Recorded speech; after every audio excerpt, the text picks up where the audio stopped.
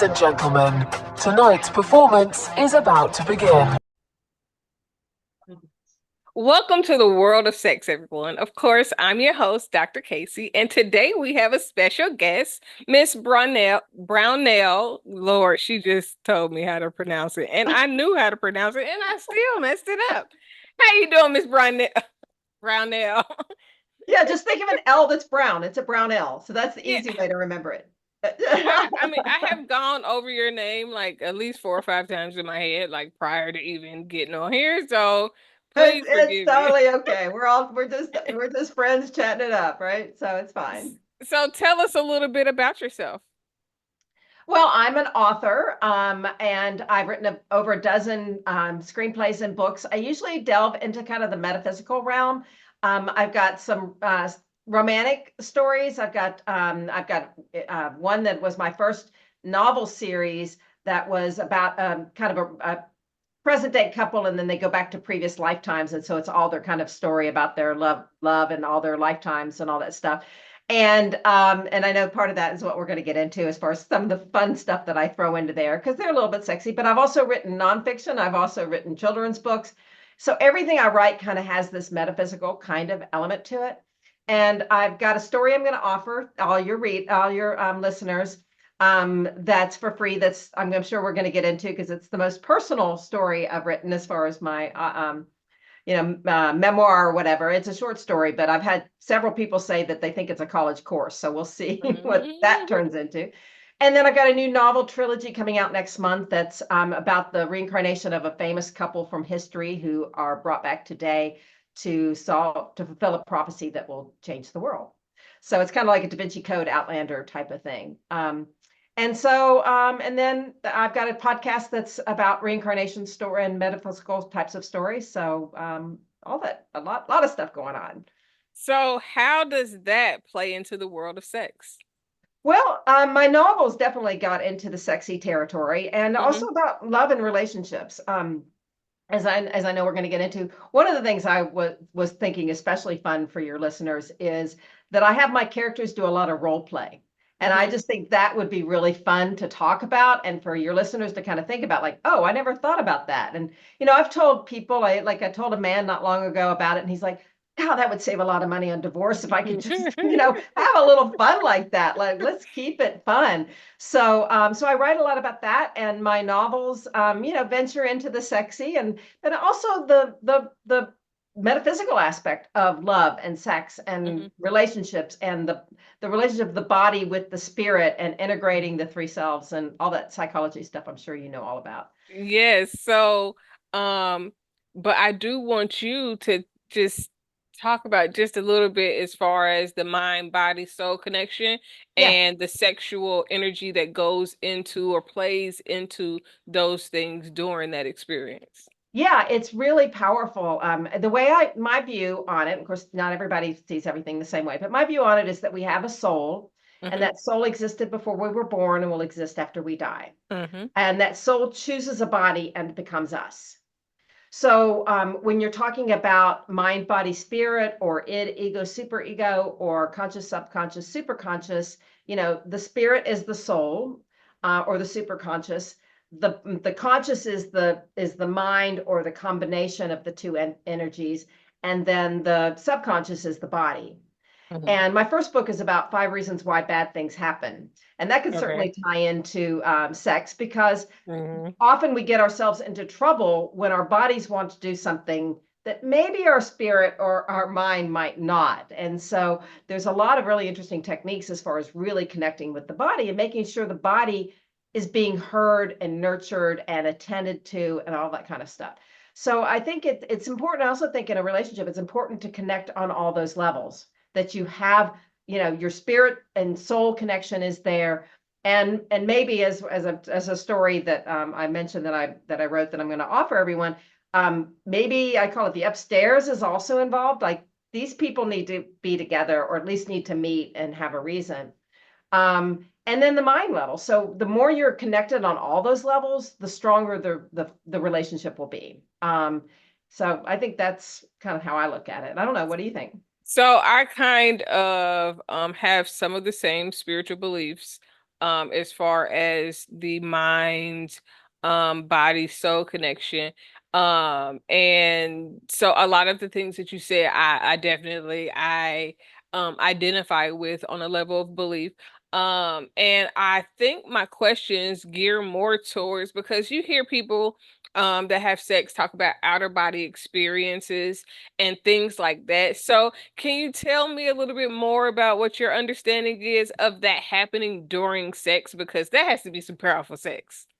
Well, yes and no. It actually could maybe not be, depending on Mm, how it's considered. Because, like, have you ever driven down the road and the highway or whatever, and then you just forgot like miles of the highway? So that's when your subconscious is taking over, right? And your conscious mind's just off somewhere. And so you mhm. don't necessarily remember that. Or have you ever like eaten something you shouldn't eat, or like, and you're like, I don't even remember eating that donut. And so sometimes when your body will sort of take over and go, I'm going to take over this situation, and I'm going to, when the mind checks out, I'm going to take over. I think it's one of the reasons why people might drink alcohol or do drugs is because their mind can't handle the situation, so the body takes over. So I think it's really important to look at the difference between the body is just going to do what it wants to do. And my first book is about 5 reasons why bad things happen. Mhm. And sometimes those happen when the subconscious is sabotaging us. So we go, Mhm. I'm doing this thing, and the mind is off here, so I'm just going to take over. Or I'm going to make it drink a little bit more so I can take over. So sometimes it actually isn't good, right? So it Mhm. depends on how you look at that out of body thing. Um, I think the beautiful part that you're talking about is when the soul is involved, and then when Right. you really are transcending the body. The body's got to be engaged, right? And you've got to have Right. the body enjoying it too. Because there's a religion called the Huna religion. I don't know if you ever heard of it. Um, you've heard No. of like the big Kahuna. Yeah. Everybody knows the big. Well, that's the head of the Huna tribe. And the Okay. Huna religion really talks about identifying those different selves as different selves. Like Okay. your body has a different kind of consciousness than your Mm. spirit does Mhm. and your mind does. So when you do that and okay, and now I want to know, like, what is if once you integrate with the body and make sure the body is involved in that thing, that's the beautiful transcendent experience Right. is you are connected on all those On levels. all levels. Yeah, that's the way I look at it anyway. So, my first question is, when did you start having sex, and what was the most surprising thing that you learned about sex?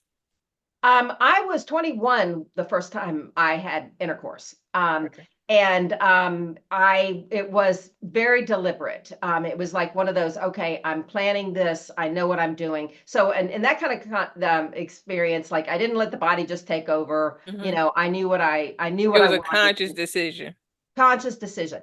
It was actually my 21st birthday, Hmm. and it was the night before I was leaving to go live in New York City by myself. So I'm like, Okay. I can't move to New York and be a virgin. Like, I just can't do that. And so I surprised the guy who I had dated on and off for years. So I trusted him, even though I Hmm. wasn't necessarily exclusive, in his long-term relationship. I knew him a long time. Right. Um, so in terms of that, I think to answer your early question, of course, there's sexual experiences. And I'm not Right. saying Right. I didn't, do a lot of the almost there kind of things. And I remember my high school boyfriend, lots of heavy petting and making out and all that Hmm. stuff. Hmm. And Hmm. when he one night was like, couldn't you feel me like getting hard? And I was like so clueless to that. So let's just say I'm not clueless to that anymore. But that was the first surprise, like, oh wow, like. And I also remember when I was maybe 13, and we used to go to these dances. We all went to dances in junior Hmm. high or whatever. And one of the boys, I mean, I'm gonna boy, I mean, they're boy at 13, would like when he, or 14, 15, 16, I mean, it was whatever the age was, it was probably older than 13, but um, when he danced, he would like really massage your back and Hmm. like, and I'm like, Hmm. okay, what is that going on downstairs? Like, I didn't know what that, like, what is that? But he did it with all the girls. So I'm like, I wonder how many of us I he was got us to go, wondering that. what's that about?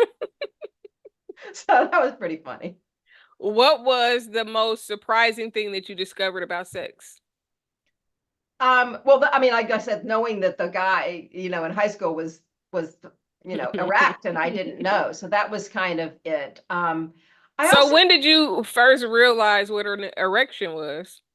when he talked about it, when he asked me, did I feel that? And I'm like, no, I didn't know. I mean, it's not like I didn't have, some idea of like how it was supposed to work. We Mm-hmm. all go to the You're birds right, and sex bees. age. At that age, they still had sex education. I was 16, I think, or yeah, I think I was 16, and I was gonna hold out, so I knew that, although there's always a part of me like, wonder if he had been my first, or how different that would have been. Um, but I just think, yeah, the fact that I just didn't realize how making out was. I mean, I knew what it was doing to me, but You never even thought about what was going on with the I, guy. I didn't, well, because I just, I wasn't attentive to that. So Hmm. I think that for me, at least, that's kind of the answer to that. What is your wildest fantasy? Oh, wow. It's so funny because there's such a difference between fantasy and what you probably would really do. Hmm. Like, so there's like things like I love reading the novels. I'm actually friends with E.L. James, so who wrote 50 Shades. So and she's lovely, That's and cool. and all this I stuff. love So just by the way, I love that book. And the movie, like it was really intriguing. yeah. Well, in fact, I actually co-wrote, I have a Facebook group called 50 Shades Deeper. Hmm. And of course our tagline is we like it deep, right? But what we did in that group was actually go look at those books and look at the deeper messages in those books. And that's how I Hmm. got to know Erica.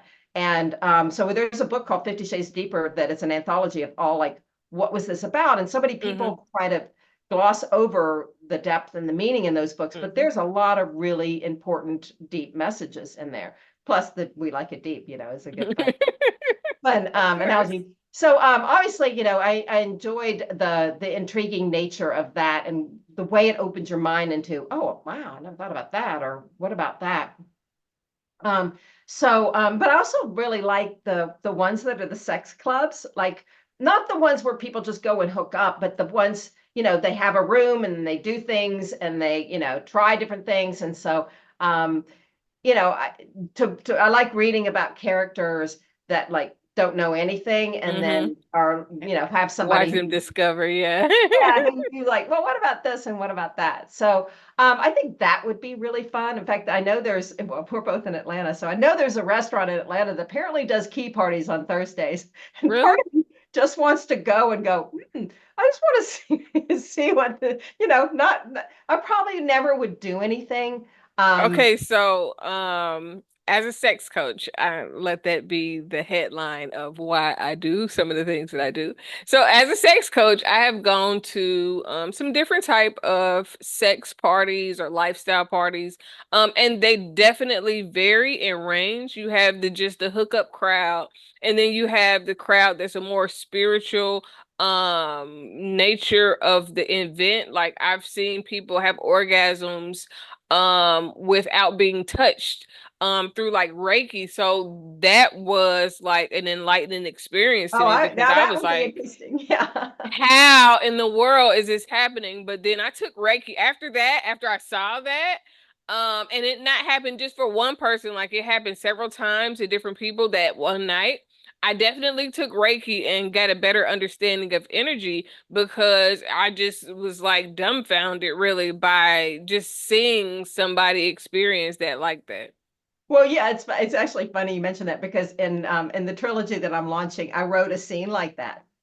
And it was the most I mean, and I was turned on for days, like, after I'm writing. sure. Like, I mean, wild, like, I went to I was staying in Tunisia, in a resort in Tunisia. This was last December, or January. And I go to this hotel in London, and they had a shower massage thing that was beyond any you've ever used, like, Mm-hmm. and it was like an hour, and I'm still going, like, it was crazy. Oh, oh. And it was so fun because of writing that scene, because it was a woman that is a psychophysicist. I think that she's into psychophysics, And there's neurophysics, which is the physics of the brain, and there's psychophysics, which is the brain influence on, or the brain's influence on the body versus the body's influence on the brain. Okay. And so I was, having tons of fun with her because she could do those kinds of things, right? And she was trying to disarm a villain. And it was just so much fun. It was, I'm just totally spoiling this scene, but they won't understand until they get there probably, because they're minor characters. But I'm like, I got to keep writing that. Like, that's going to go somewhere, because it's two women too. So it Okay. really comes out of surprise. But to watch this villain and watch her disarm, like, we don't need guns, we don't need, violence. Right, We can right. disarm her with making her flop on the sofa and writhe around because she can't control it. Right. So so the idea of all of that is, in the tantric, and I have some scenes that I've written about tantric sex and how that energy flows. And in the third of my duet books, I have a scene with a guru, and he is explaining sex and all those kind of energies to the characters, and how to send, because I don't know if you've ever done this, but send energy to somebody like in a whole nother Yeah. town, and get them off. And I had the guy that I'm sure you're going to ask me about do that for me, and I'm like, what are you doing? I'm feeling this. And he is thousands of miles, like, maybe, well, probably over 1,000 miles away. I definitely believe in that type of energy. It is very it to me it's like a telepathic type of energy that is equivalent to when you think about somebody. If you think about somebody long and strong enough, like really focus in, you can get them to be receptive to that and call you or contact you. So I definitely believe in the ability to do that sexually as well. Yeah. And if the bonus is if you've ever had a sexual experience with the person, then it will come more of a flashback type of thing where they'll be able to have a mind body experience, because not only are they thinking about it and able to kind of visualize what they would do, but the sexual experience of having it happen and having that orgasm will allow you to feel it, like where the hairs on your arms and legs will stand up, because you now have not only the mental play of it, but also the physical play is still like, wait, I remember how this feels. Yeah, I mean, in this case, I hadn't. I had met him, and there was sizzling chemistry, but he was supposedly with somebody else. So I'm like, I'm not going there if you're with somebody else. But there was all this chemistry, but we talked for hours and hours and hours. And then all of a sudden I'm like, I'm feeling this thing. And I'm like, I know that's him. Like, I know that's him from a distance. And it also relates because I've done healing work from a distance, right? I've sent healing energy, and I mean, how is that all that different? Like you said, it's kind of all energy. It So, is, it is, but it and is wild. is So this one I had not. Now spoiler, yes, I did later. But this was like, wow, what is he like? What is he doing? doing, yeah. Very powerful energy, this man. So that was fun. So what is the wildest thing sexually that you've tried? I wish Like I could say. tried, not thought about, not Yeah, no, considered, but actually tried. Well, we tried anal, and I really wanted to do it, but we were not prepping like we should. So I was like, not right now, we got to prep. And then we just went on and we're doing all the other things. So I mean, that's not very adventurous, I'm afraid. You know, so I don't know.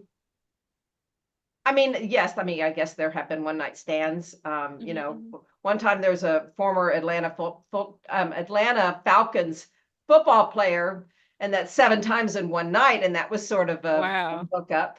I've known him Was before, he but not on really. something like, did he have some type of Viagra or some type of, that was No, just his regular? no, and this other guy that I'm mentioning, like, he's in his 60s, so just to be, clear, and apparently had not needed the blue pill for other women, did not Okay. need it for me.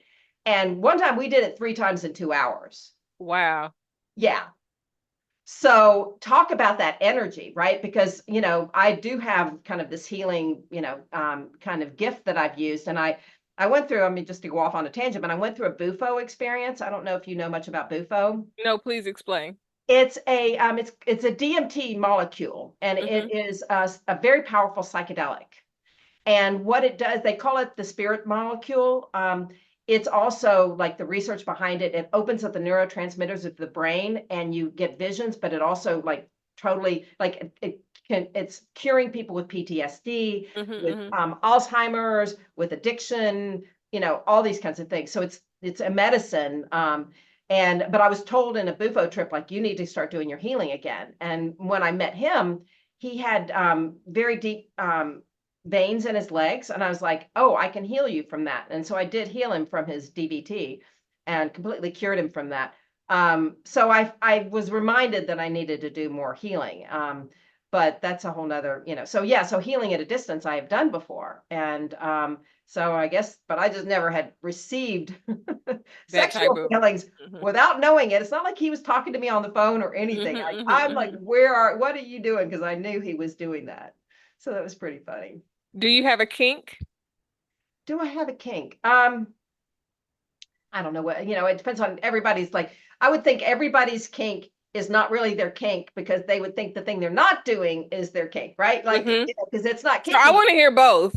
Yeah. Well, I mean, I love giving. Okay. Also, right. Okay. And I got a real thrill with this man because of his, not necessarily being able to get there, and then getting him huge and big. He's like, how did you do that? I can't do that. Like, this is not possible without drugs. And I was like, yeah, well, it's possible. So, I mean, I feel like that's a real power trip. I just love doing that as a power trip. I'm not as good on big on receiving, because I just don't, I can't be that passive. But so I don't know. I mean, I don't know if you call it a kink, but I certainly, it's pretty normal, vanilla stuff, as Erica would say. There are things I would want to try. I mean, I've never done really any serious bondage, and I'm not talking about like you can't leave. I mean, I'd want something you could remove, because I wouldn't want to. Oh, something happens to them, and then what happened? There was an episode of Scandal where the person died. I'm like, oh no, you got to be a little careful on that. Right.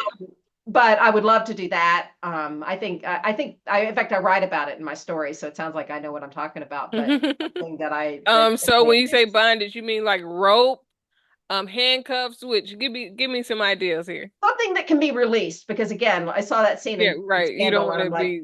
I don't want to be like, literally, the guy died on top of her, and he had handcuffs, and or she was handcuffed, and she couldn't leave. Like, I mean, like, what do you do? Like, oh my God, that would be the worst nightmare. So that yes. Oh my, you talking about PTSD? That is some PTSD for you right here. There is PTSD, and there's probably P and T and S and D probably have different definitions that we can acronym. Right. That's a whole other ball game there. Whole new definition of what the P, T, and S and D are.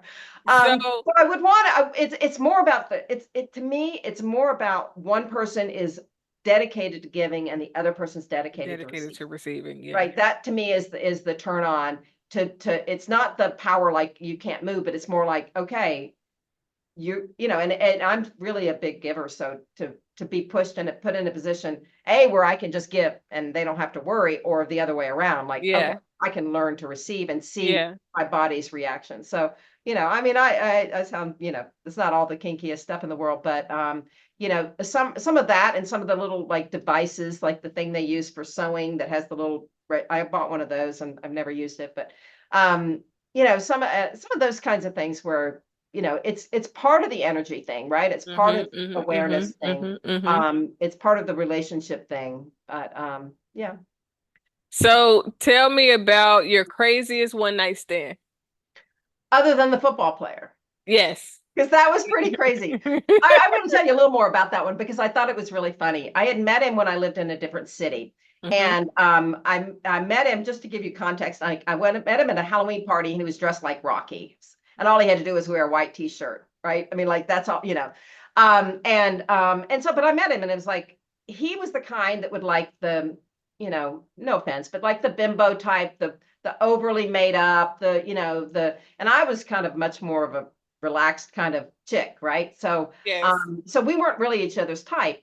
And then I moved to another city, and I decided as soon as I get there, I'm going to take myself out to dinner. And I go to Bennigan's, if we remember what Bennigan's was like. And there were a table tables there, and there was like one kind of upper stairs. He was up on one level, and I was on this other level. He was there with the date, with the typical kind of, blonde, what, and of course I'm blonde. And I was there by myself. She goes to the bathroom. He's like, I'm dumping her. I'm picking you up.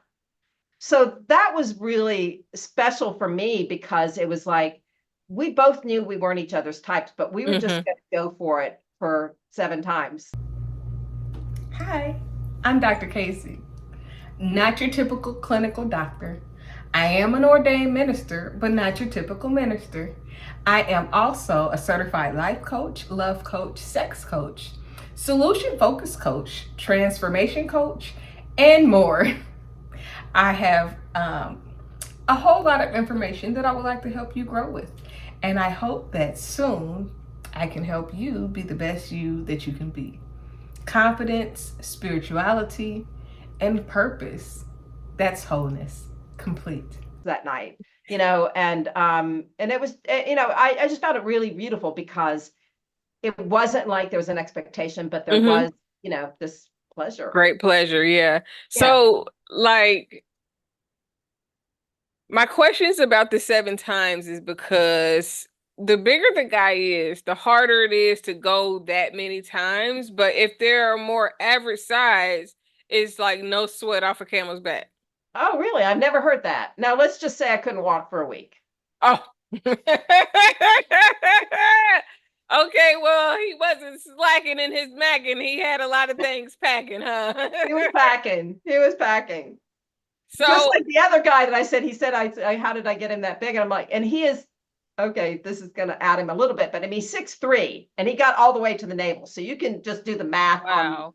Yes. And like never had gotten anywhere near like that. And I'm like, look at this. And he was like, no, I can't look. How did you do that? Whoa, he didn't want to look. Like, he was so freaked out about it.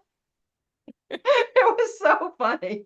It was so funny. Oh my gosh. I felt really proud of myself with that. But I mean, I was just having fun playing with him, and he's like, where did that come from?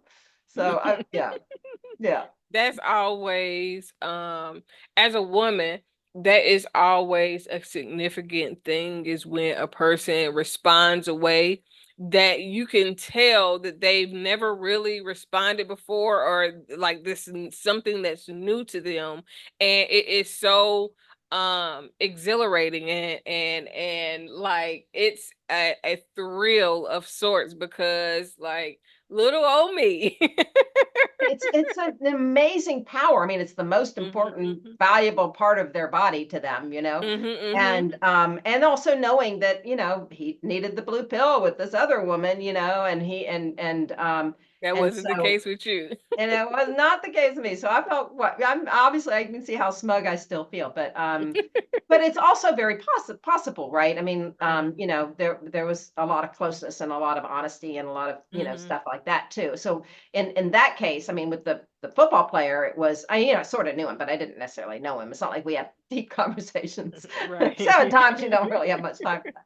Right, for the conversations, that's extra sometimes. As if you really want to get to know a person, because in some situations you just want what you want, and you don't want a deep connection. You don't want all the extra. You just want that one little thing, and it might go on for some time. It might go on for a short period of time. It might just be the one time, and then that's it. But a lot of people think.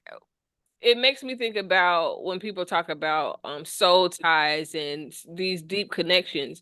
And a lot of times the connection is not the sexual encounter as much as it is the connecting that you do mentally and spiritually, that is in addition to the sexual encounter, that makes it feels like this bond that's unbreakable. Because in my opinion, soul ties can be with a friend. If y'all are that deeply connected and y'all talk that much, the hardest connection to break is a deep friendship. Yeah, in fact, if I can divert a little bit and go along exactly with what you're saying, is the story that I was talking about. It's called The End, and it is I'm living a nomadic life, and I went from living in Colorado to getting basically kicked out of my apartment because my landlord raised the rent 50%, to where am I going to go? So I thought, okay, I'll go to Italy. So I went to Italy for 3 months, And then I was trying to get a visa, and all these things kept happening. And I couldn't get a visa other than tourists for 3 months. So I had to go somewhere else. So I thought, okay, where am I going to go? And I landed into Tunisia. It's only 92 miles from Sicily, which most people don't realize. So it's really up there. And I meet him the day after I get there. And then about a week or two later, and there's all these complications. But I'm a week or two later, I'm talking to my book, marketing kind of coach, and she's like, "Well, you need to write a story that's not your novels that you can share. People can learn more about you." And I started writing this, and it just flew as I'm writing it. And I'm writing it from the perspective of what I call the upstairs, and that there is a team up there that was conspiring to get us together. Like all of a sudden I started seeing all these things, because how do you get an American woman in Colorado to meet a British man in Tunisia? I mean, like there's some logistics involved. Right. And it's a comedic story. There's a lot of comedy there. There's a lot of, really poignant stuff. There's a lot of deep stuff. Like I said, I've had several people say it could be a college course, this 9,000 word story. But for me, it was like, as I'm writing this, I'm like, this is real. They are real. They're making this happen. So when you're saying, is it significant? Like, I know I was drawn to him for a very powerful reason. And his soul is like this incredibly powerful soul. His earth level is got some catching up to do, but the spiritual part of it was exactly that. So that's when you go, okay, like I meet him, he's supposedly with dating another person, but I'm just obsessed in this compelled to be with him way, even though I was like, I'm not going to have anything to do with you if you're seeing somebody else. Like I'm cutting it all off. But we spent 2 days, 8 hours nonstop talking, with sizzling chemistry, but not nonstop talking. And then of course we ended up, getting together. But after, I was like, if you're not with her, fine, I'm, willing to entertain it. But yeah, that on the spiritual level, yeah, it was meant to be. I mean, you can't deny that when that happens. So what would you say that you've learned most about yourself through your sexual encounters? It's been very interesting, this whole experience, because I'm very independent. I don't really need, I don't need a man kind of thing. I can, for most of, or a lot of my life, I tend to, if I get in a relationship, give up too much of myself for the person. And I've got kind of too much to do to waste time with that. And so it had been a long time since I've been really, with anybody. And, so much that made him happy, right? Because I was all, nice and snug. But I'm like, wow.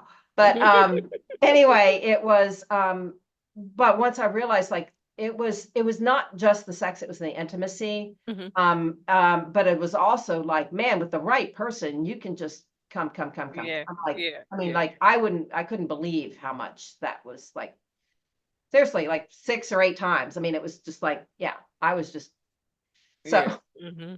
yeah. So I think but learning about that, and I realized, like, I want that, Yeah. and I'm not a young person, as you can tell. And so, you get to a certain age, you think, oh, do you want companionship? You want this? I'm like, I don't really need the companionship. I mean, I do, right? Because I want Right. people I want to be But with. sex is very important, and Very being important. pleased and completely pleasured and satisfied, it is a very important thing. And it's so crazy because a lot of people have this narrative that if people talk about sex too much, then it's wrong. But that is such an important part of a relationship, that is something that needs to be discussed in depth, because if not, then you'll spend most of your life unsatisfied, and then that's what leads, in my opinion, to cheating and all those other things, because you're looking for what can't be fulfilled at home in some cases. And that is so true. And that's what was true with this situation. It was this, that I felt like I was completely exposed, completely myself. And and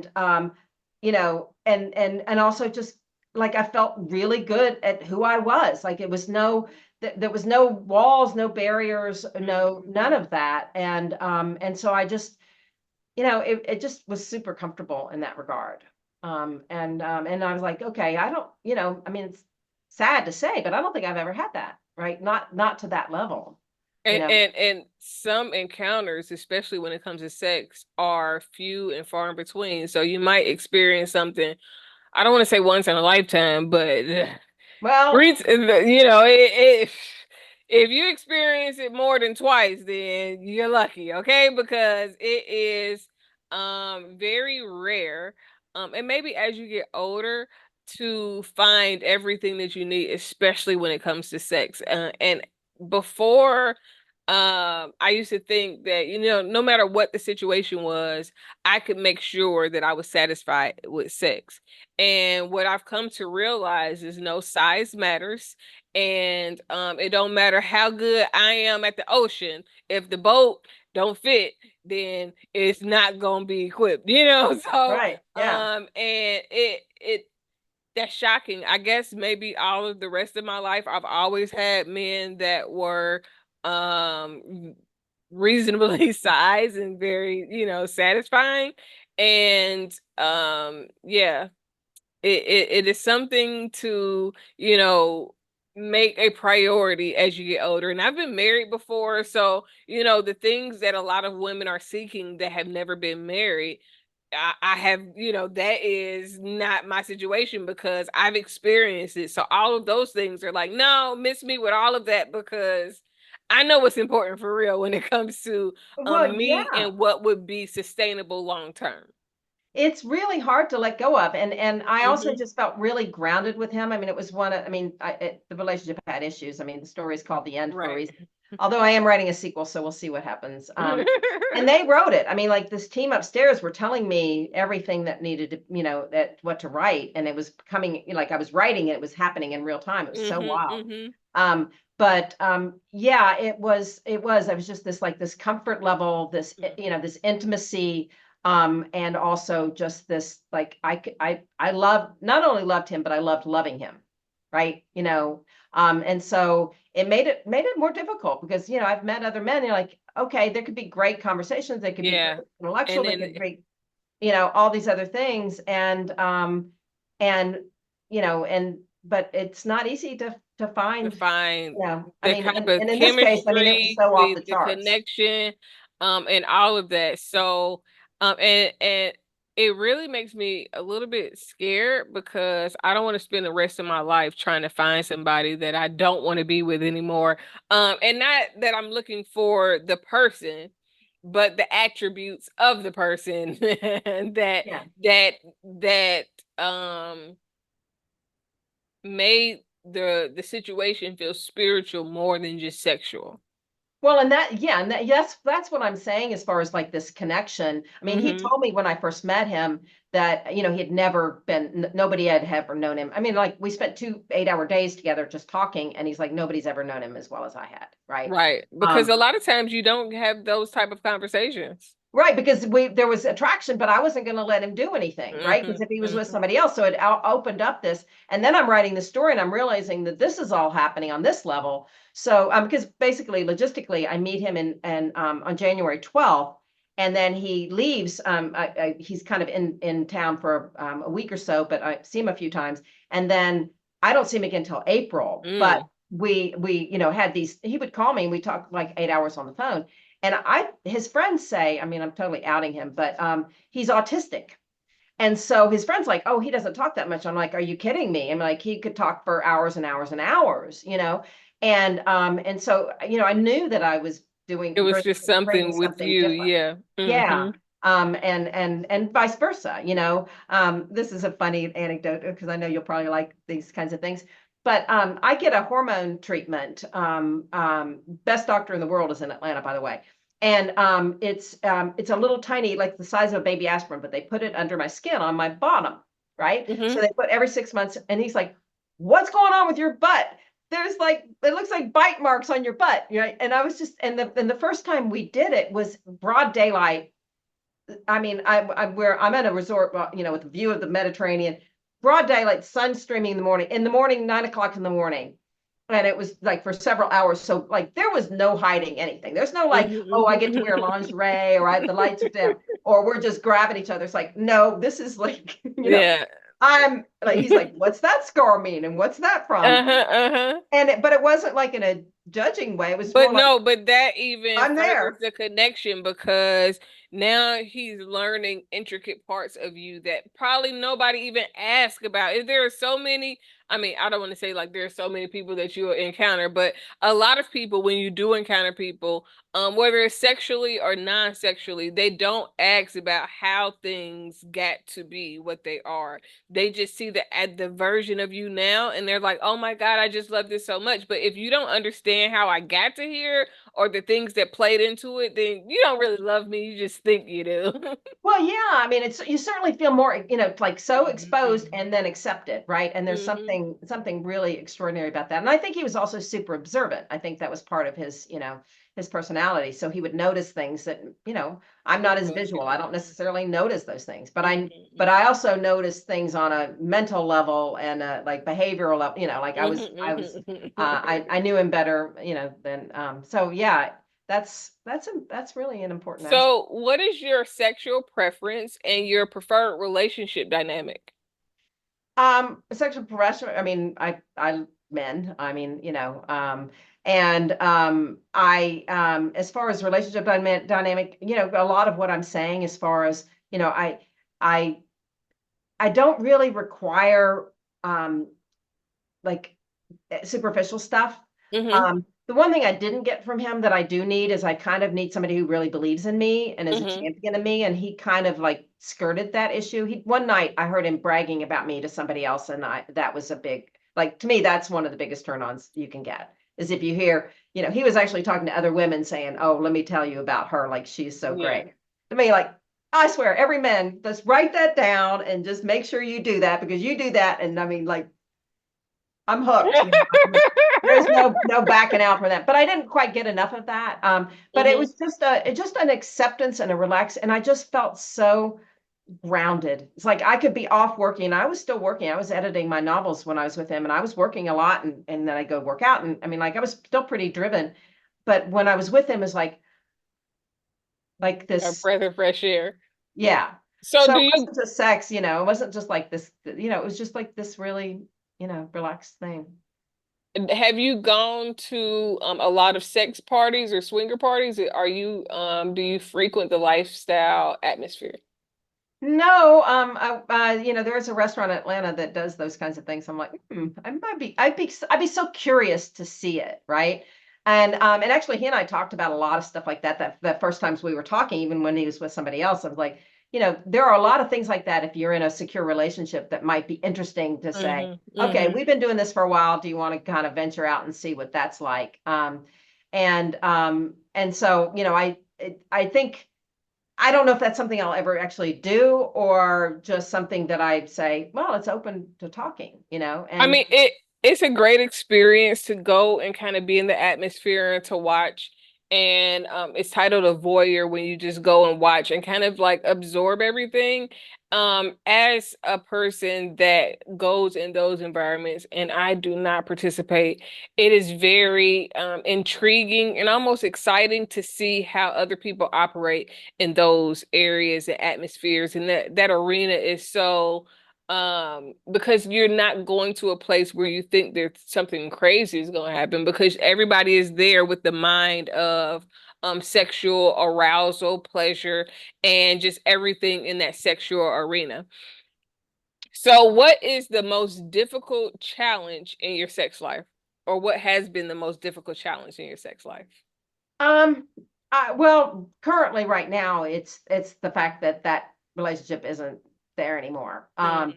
And so, I've been learning a lot about attachment styles, which I'm sure you probably know a lot about. And he's a textbook dismissive avoidant. Okay. So he goes from one relationship to another. Hmm. He can be in a long-term relationship, but he's not ever really committed. And he's kind of always cushioning to have some backup. And so, and with us, I think it was just, like I said, textbook. We got so close, and then that's when they freak out, right? And Hmm. and and Hmm. and that's what happens. So, now it's like, okay, now I know what I want. Like, Hmm. I know what I want, and I don't want how it ended with him, but I know what I want. And how easy is that? And it's kind of like, people say, I literally talked to somebody who's an astrologer yesterday, and she's like, "Oh, you're going to meet this guy, and da da da da, and this is when you're going to meet some guy." But it's hard. That's looking at air and trying to Yeah, manifest yeah, somebody, yeah, yeah. So that's hard, and also just kind of, I like to get off in the middle of the night. If I wake up, it's the easiest way for me to get back to sleep, and it's been very difficult to not think about him. And During when I that. do that, yeah. So, is there any advice that you would give the listeners when it comes to sex and fulfillment? Well, I guess whatever it was that let down all my guards and just Mhm. be completely exposed in every way in this relationship. I just wish I could have done that earlier. And then I guess the sidearm to that is I wish I would have understood what dismissive avoidance were. Um, but I told my therapist, I was like, even if I knew what was going to happen, or even in retrospect, I look in what was going to happen, I was like, I don't regret it. I'm still so glad I had that. And so I think so many people, like I had friends who are like, "Oh, there's a red flag. Oh no, stay away. He's this, this, and this." And I think we don't need naysayers in our life. We need yay sayers, right? Mhm. We need friends that are going to say, "Okay, I see some stuff. I'll be here if it doesn't work out, but I understand you have to go for it." Like, Mhm. they didn't understand the spiritual component, which is like, it's almost like I had to. It wasn't just like my body saying I had to. And so, knowing, but also going, yeah, it didn't work out. Guess what? I still enjoyed it. Like, I Mhm. still, I And still being learned a able lot to about myself. take the good from that situation, even though it ended, because a lot of times people think that when a relationship ends or a marriage ends or a connection ends, it means it's a failure. But it's not a failure. It's just that season of that person and that time period is over, and now you have to move on into your next season of life. That's exactly right. That's exactly right. So just, I just think we just label ourselves and get like, "Oh no." And I went back to the friends who were like, "You shouldn't go there." And I'm like, you shouldn't have told me not to go there because I don't Hmm. regret it. Like, and I Hmm. would rather have a friend saying, "I'm here to give you either Yeah, champagne be or there tissue for you, Kleenex." or Right? yeah, and just be supportive as a friend. Like, regardless of what it is that you think or you feel, allow me to have this experience, because if going through it, something about it is going to be used to teach me and help me grow, evolve at some way, some level, at some point. And you have to allow me to experience that sometimes. Now, sometimes your friends can be good, but sometimes they will throw you off of the path that you're supposed to walk down because they don't understand that path. Exactly. And it's just, it's better to say, yes, certainly tell me the red flags or you see this issue. Hmm. I mean, I'm not opposed to that, but don't treat me like I'm crazy for doing it. And definitely don't be like, "I told you so," when it Hmm. doesn't work Hmm. out, because I'm saying I told you so that I am glad. I mean, I spent an entire month with him 24/7 for a whole month. A lot of people don't get that They can't close do in that. years, No. Hmm. right? Right. And so, I treasure every minute of it, every minute, every learning experience, even afterwards. There's just, and of course, I'm going to write a sequel to the story, so we don't know, because they're telling me like, keep writing because there's more. I don't know if more with him or more with me or more with the story, but So, tell my listeners how to get in contact with you. Tell us how to get your books. Tell us more about you so that after they finish listening, they can come and tap in with you. that would be great. Well, my name is Brownell Landrum. I'm the only Brownell Landrum in the world, so it's Mhm. pretty easy to find me. I have a Facebook group called Life is a Trip Reincarnation Story. So if they're into that, please join our group. And it's about stories, whether fictional or factual, because I Mhm. really do believe these kinds of stories can change the world. And like even the stuff we're talking about, I mean, it'd be fun to have somebody write a spicy story. My novels kind of get there. And it would be fun to have those kinds of, any kind of story. And that's what the podcast that I have is called Life is a Trip, Reincarnation Stories. And it's for, actual stories that are recorded and shared. So it's not an interview one like this. Um, and then please check out my story, The End.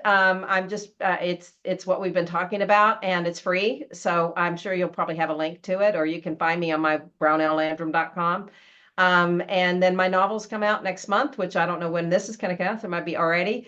First one's only 99 cents, so you can check that out. And it's about a famous couple from history who are reincarnated today to fulfill a prophecy that'll change the world. So it's like Da Vinci Code, Outlander with the reincarnation and spicy stuff in it. It sounds great. It's some of the stuff that you're talking about sounds like it gives me a notebook feel. And the way Definitely. that things kind of unfold. I have a book that I plan to write that has like a notebook type of feel and some butterfly effect. And that's what that's what it feels like when you talk about it. Well, I want you to write that, and I want you to take a section of it, or start out as a short story, and then we'll put it on the podcast, and so we get people to listen to it. And I mean, that would be wonderful. That would be wonderful to have that, because that's exactly the kind of thing we want to, we want to explore these metaphysical mysteries and tell stories, because I really do think, I don't necessarily care if people believe in reincarnation or not. I just want to open minds and to get to things. And I'm sure that's what you're doing, right? It's like and people think about sex spiritually, this way, like, no, wait a minute. yeah, and that's what it is. Spiritually, when you begin to get a better understanding of different people's thought processes, kind of like with sex, then it really releases you to explore more and experience more, both spiritually and sexually, versus kind of having this closed off mindset of this is the only thing that's allowed, this is the only thing that people do. And the truth of the matter is, everything that you want sexually is available, and you just have to be around the people that allow that are free in that area.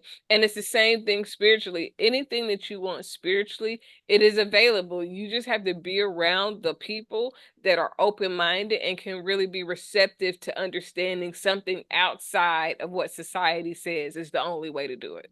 Absolutely. And, like I said, fictional or factual, right? Because sometimes the fiction stuff you go, oh, I can suspend my disbelief and I can go read about sex clubs, and then maybe I will do it someday. Maybe I won't. It's just something and even I if think it's about. just the understanding, and again, when you go to those places, it's not all about participation. Sometimes the participation is watching, because there are a lot of people that want to be watched. They want to give you a show, so it helps them to get the pleasure that they're seeking in that environment. And a lot of people don't understand that part. Yeah, I'm sure. Oh, I'm sure. And I'm sure it'd just be like, and it might be like, okay, I want to watch this because I might want to try it at home. Maybe not in front Yes. of a crowd, but I might want to try it at home. Right. Well, it was so great having you, Brownell, and I really, really hope to have you back on Speaking Freedom TV's Journey to Freedom, so that we could talk more about your books, because this show is designed to be a little bit spicy. That's fine. I like it. I like it. I like it deep, as I said. But I also, I would love to do that. So that would be fun. I've really enjoyed it.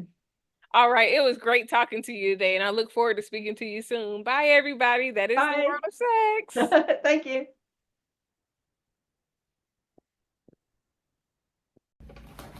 Hi, I'm Kaci, Dr. Kaci.